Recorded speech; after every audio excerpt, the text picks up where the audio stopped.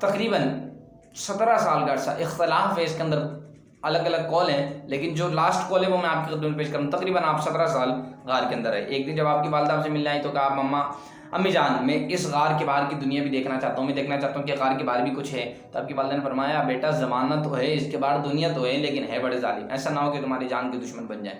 آپ اپنی والدہ سے اجازت لے کر غار سے باہر نکلے، اور جب غار سے باہر نکلے تو آپ نے زمانے والوں کو دیکھا کہ لوگ سورج چاند ستاروں کی پوجا کر رہے ہیں. آپ نے جناب اپنے سب سے پہلے چچا کو، پھر قوم والوں کو، اس کے بعد بادشاہ نمرود کے دربار میں پہنچ کر اللہ کی وحدانیت کی بات کری، قوم کے بتوں کو ذلیل کرا.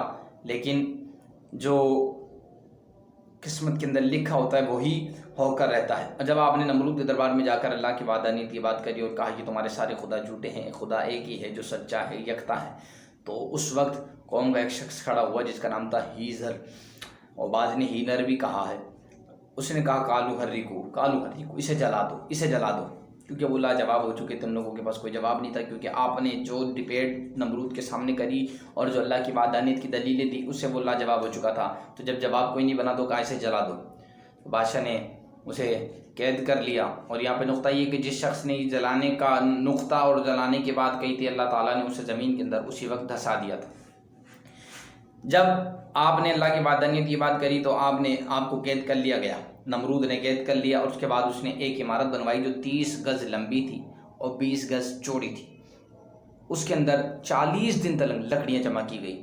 وہاں کے بچے، بوڑھے، جوان، عورت، مرد، تمام لوگوں نے اپنا اپنا حصہ ڈالا. اگر کسی کا بچہ بھی بیمار ہو جاتا تو وہ منتیں مانگتے کہ اگر ہمارا بچہ ٹھیک ہو جائے گا معاذ اللہ ثم معاذ اللہ ہم ابراہیم کو جلانے کے لیے لکڑیاں دیں گے. یہاں تلک بات 40 دن تلک لکڑیاں جمع کی گئی. اب جب لکڑیاں جمع ہو گئی، آگ لگا دی گئی. اب مسئلہ یہ بن رہا تھا کہ وہ میلوں پر پھیلی ہوئی آگ اس میں ڈالیں کیسے حضرت ابراہیم خلیل اللہ کو، کیونکہ وہ اتنی طویل و عریض آگ تھی کہ اگر آسمان کی بلندیوں پر بھی کوئی فرشتہ اڑ رہا اور جناب والا پرندہ اڑتا تو وہ اسے جلا کر خاک سر کر دیتی، راکھ کر دیتی.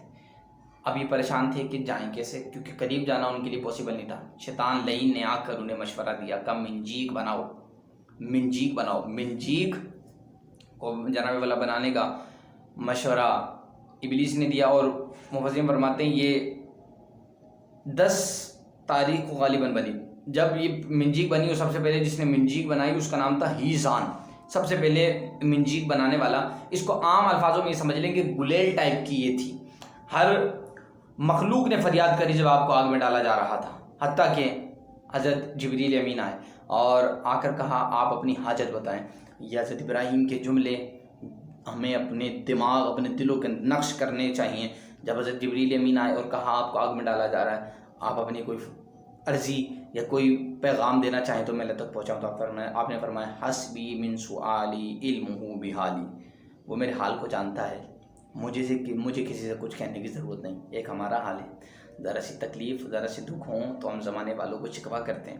اللہ نے سر میں درد دے دیا، اللہ نے ٹانگ میں درد دے دیا، اللہ نے پیٹ میں درد دے دیا. حضرت ابراہیم خلیل اللہ کی زندگی سے سبق لینا ہے. آپ نے فرمایا حسبی من سؤالی علمہ بحالی، جو میرے حال سے باخبر ہے نا، متنبع ہے، مجھے اسے بتانے کی اور تمہیں بتانے کی ضرورت نہیں. اگر اسے میری مدد کرنی ہوگی تو وہ میری مدد کر دے گا. اللہ اکبر کبیرہ. وہ میرے حال سے واقف ہے، جانتا ہے.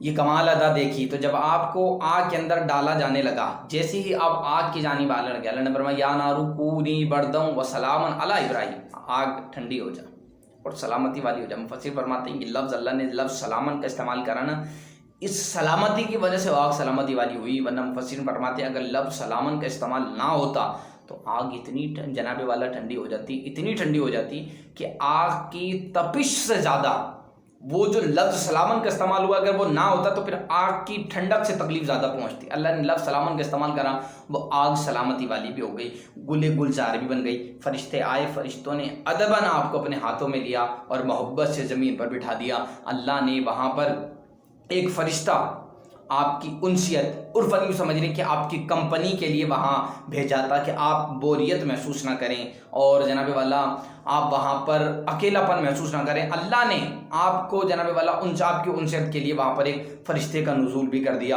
اور پھر ساتھ ساتھ آگ ٹھنڈی بھی ہوئی، سلامتی والی بھی ہوئی. اور اس آگ کے اندر ایک ٹھنڈے پانی کا چشمہ جاری کر دیا، پھول اگا دیے گئے، گلاب کے پھول اگا دیے گئے، چشمے بنا دیے گئے.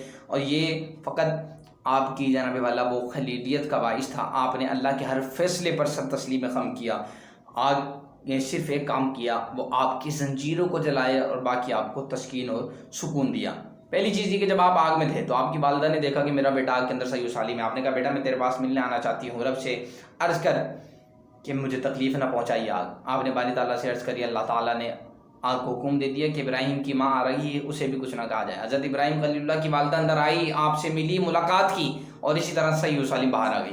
اسی دوران اسی اسنا کے اندر نمرود کی بیٹی چھت پر کھڑی دیکھ رہی تھی کہ ابراہیم اندر موج میں ہیں، کھا رہے ہیں، پی رہے ہیں، موج کر رہے ہیں. آپ نے کہا ابراہیم تمہیں کچھ نہ ہوا؟ کہا میرا رب میری حفاظت کرنے والا ہے. وہ وہیں سے کود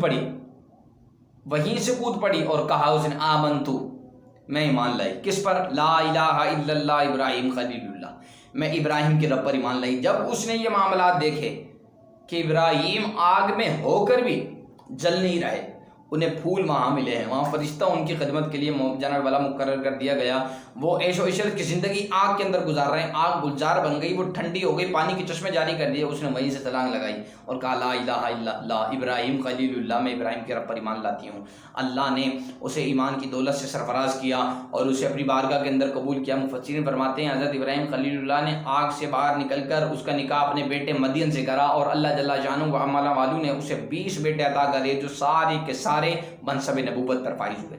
یہ دولت ایمانی کا سبب بن جانے والا اللہ تعالیٰ نے انہیں عطا کیا، ایمان کی دولت سے بھی نوازا اور 20 بیٹے بھی عطا کرے جو نبوت پر اللہ تعالیٰ نے انہیں فائز کرا. اس نمرود کی بیٹی کا نام رغنا، بعض نے رخفانہ بھی لکھا ہے.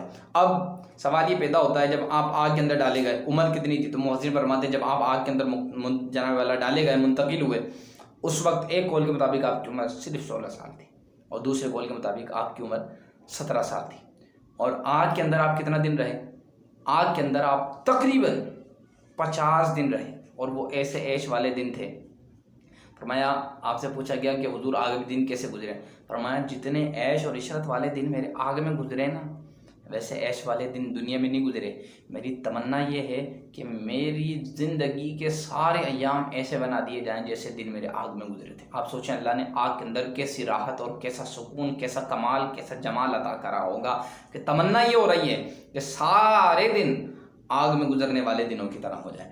اب اس آگ کو بھڑکانے میں جس کا کردار ہمیں نظر آتا ہے جانوروں میں سر فہرست گرگٹ ہے.